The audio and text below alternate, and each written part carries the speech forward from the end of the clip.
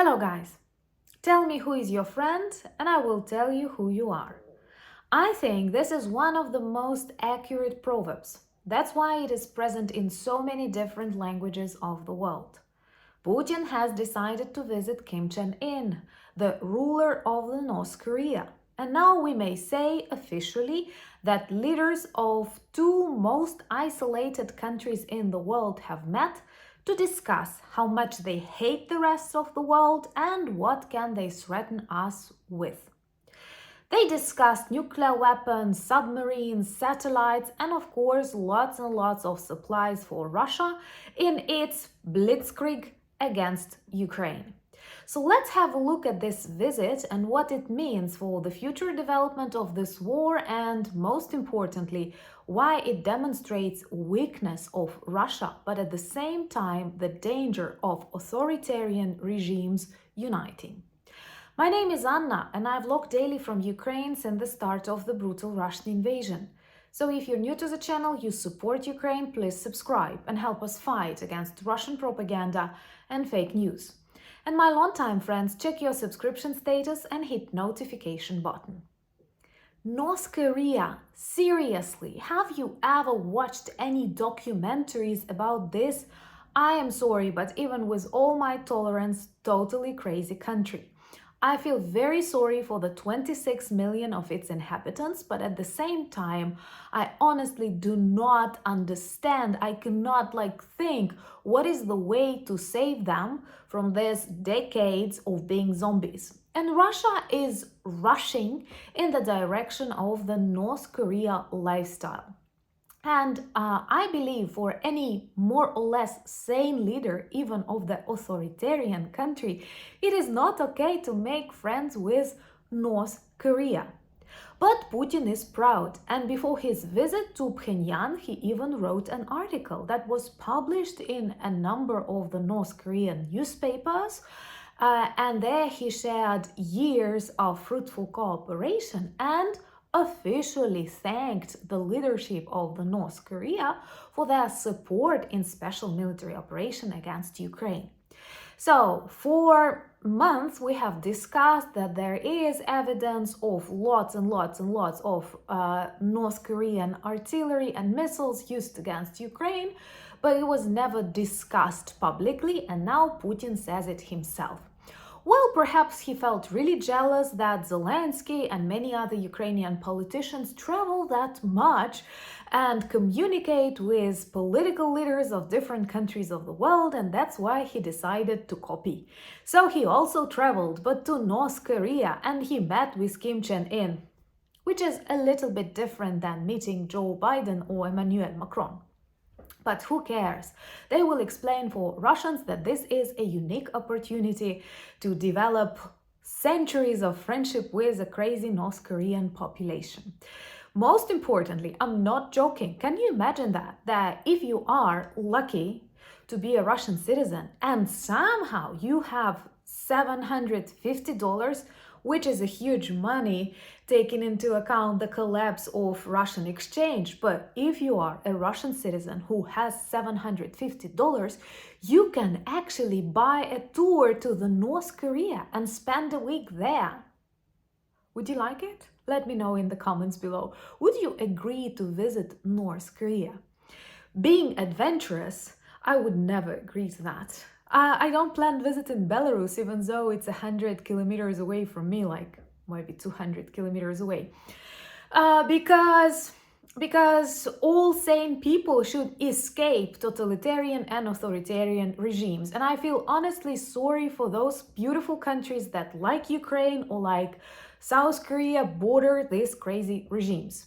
If you're new to the channel and you're not from the North Korea, remember to subscribe. This is the easiest way to demonstrate your solidarity with Ukraine and all the democratic world and help us spread more information, because information is super important.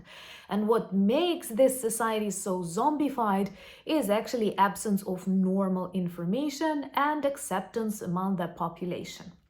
So, during the last year of Putin's war in Ukraine, North Korea supplied it with 1 million of various artillery supplies.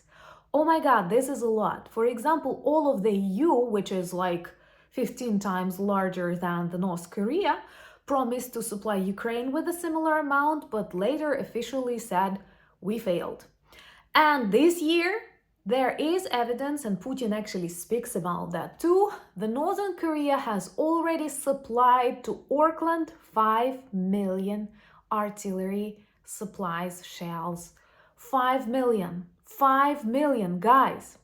So this is, by the way, a counter-argument to those people who want to describe Ukraine as weak and state we should not help it if it cannot win the war by itself. Russia is stronger, Ukraine has to surrender. My not dear friends, Russia is totally dependent on weapon supply from the North Korea, from Iran. Shahed drones are Iranian, and from China. China supplies them like crazy, and that's why actually the secondary sanctions appeared that influence Chinese banking system and other things, and may actually bring China to more adequate reality, not the support of Russia. But at this moment, Russia is turning into a province, into a totally dependent territory of these authoritarian countries. And it uses shells, it uses missiles from North Korea, from China. So it's not only Ukraine asking for help, and yes, to some extent, this is already a world war, because we can clearly see this division between democracies and crazy countries like Russia, North Korea, Iran, and so on. So this time Putin will spend, or one of those Putins, I'm not sure he traveled there himself, but he has enough of doubles and millions of smaller Putins who support him in the world. So anyway, he plans to spend there 2 days, and the things they will discuss, of course, will not appear on the news. Very likely they will talk a lot about nuclear weapons. Russia helps North Korea to develop nuclear submarines, and also they are desperate to have their own intelligence. I cannot use the word intelligence in the context of North Korea, I'm sorry. So they want a spy satellite, and Russia will definitely help them. It already provides them with the information that they need. Of course, Putin will beg for more weapons, more missiles, but evil Russian vloggers, there are such, please unsubscribe if you still follow them.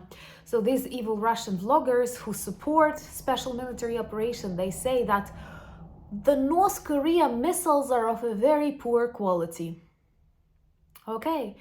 But it may also that they will discuss workforce, because millions of Russians fled the Federation instead of fighting for democracy and liberty inside. They decided to escape, which is not good. Not good. I understand many reasons of many people, but at the same time, they do not take responsibility for their own country. Imagine, like, Ukrainians have reasons to flee the country because they've been killed there on a daily basis with heavy bombs. But at the same time, millions remain, millions fight, and millions will save this country. And Russians, without war, escaped and left the country. Then millions are working for the military industry. More will be mobilized because Russia loses them like thousands per day. And they started lacking manpower.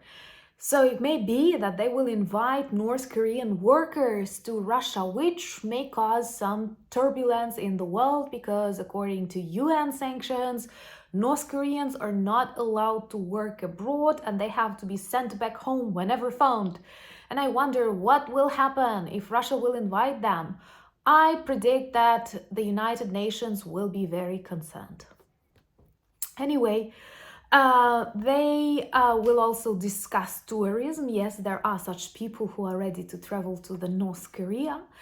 By the way, I don't advise you to travel to Russia. Honestly, I don't advise you to travel to Ukraine because it is still dangerous.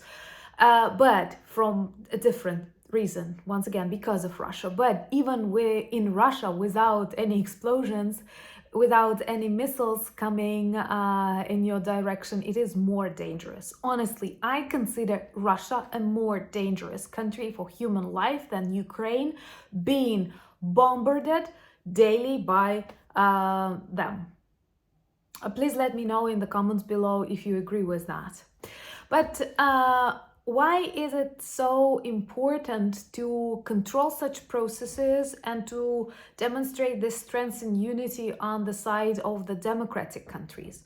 Well, because unfortunately, authoritarian regimes, they don't have bureaucracy. They decide everything very quickly. North Korea is so heavily militarized and it has huge supplies of ammunition that it is ready to transport to Russia. Moreover, the majority of their missiles and ammunition was built on the samples of the old Soviet times, and they are fully combinable with old Soviet equipment that Russia now uses. Another bad thing is that Russia and North Korea have direct border, and this transportation of weapons can be totally safe and no one will interfere. And you know, Ukrainians are not allowed to target far from the front lines. So it looks like these totally crazy and definitely dying authoritarian communist regimes are still very dangerous. And that's why kind, smart, humane, tolerant, democratic countries have to be strong, have to be decisive. It is vital for our survival because don't be ridiculous. And I know you're not, but I mean those who doubt. It's not about Ukraine. All of these countries are uniting and demonstrating their craziness. And during this June, North Korean guards, border guards, there is a demilitarized zone between two parts of Korea, crossed into this neutral zone without permission twice during the months. And South Korean border guards, they say, well, it happened by accident. No, big Ukrainian, no, such things never happen by accident. When in February 2022, huge Russian troops gathered at the borders, no, it was not about training. Such things do not happen by accident. And my dear Swedish friends, if Russian jet crosses the border of your NATO country, it's not by mistake. It's not by mistake. Do as Erdogan did. You know what I'm saying. Well, anyway, please forgive my emotions, but I'm Ukrainian, I'm allowed to be. And I think, once again, this is a very vivid proverb. Tell me who your friend is and I will tell you who you are. Putin's friends are dictators. And Ukraine's friends are all the freedom-loving, beautiful countries. And even Russians who cannot protest inside their country, they choose to move. No, not to North Korea. And no, not to China. Somehow they move to this rotten West. Why, I wonder? Of course, you know this was sarcasm. Join me on Instagram, I'm active there, on X and Threads, and Discord community is good. Also, we have a beautiful merch shop with lots of t-shirts, sweatshirts, caps, stickers, cups, pillowcases, whatnot. And all of them tell different stories about Ukraine, starting from drones and finishing with cultural heritage objects. And also, these items work well as reminders and conversation starters about Ukraine.